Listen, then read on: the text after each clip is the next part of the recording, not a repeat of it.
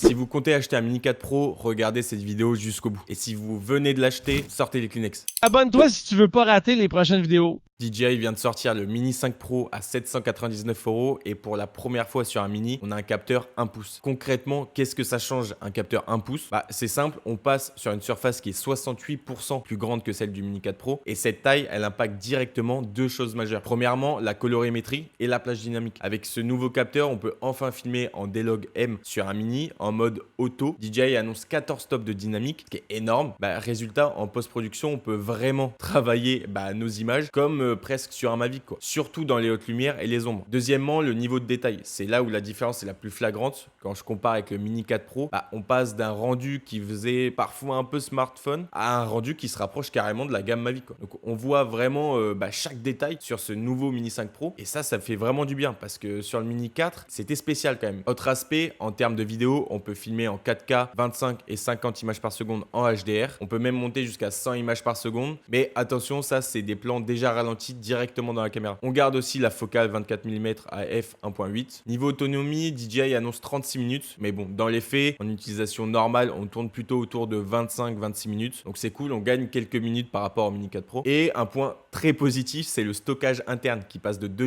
Go sur le Mini 4 Pro à 42 Go. Donc ça change vraiment la vie pour des gens comme moi qui oublient de mettre les cartes SD dans le drone avant de le faire décoller. Donc ce nouveau 5 Pro qui arrive, honnêtement, c'est hyper important dans la gamme DJI parce que le Mini 5 Pro, c'est vraiment le drone que tu prends dans ton sac pour partir en voyage, pour filmer même du professionnel. Le Mini 5 Pro, il vient vraiment concurrencer les Mavic avec des specs techniques qui sont hyper poussés pour du mini, qui à la base, le mini, c'est censé être un peu plus pour de l'amateurisme. Là, avec le 5 Pro, on va vraiment pouvoir travailler avec des clients et surtout à un prix qui est vraiment imbattable, quoi.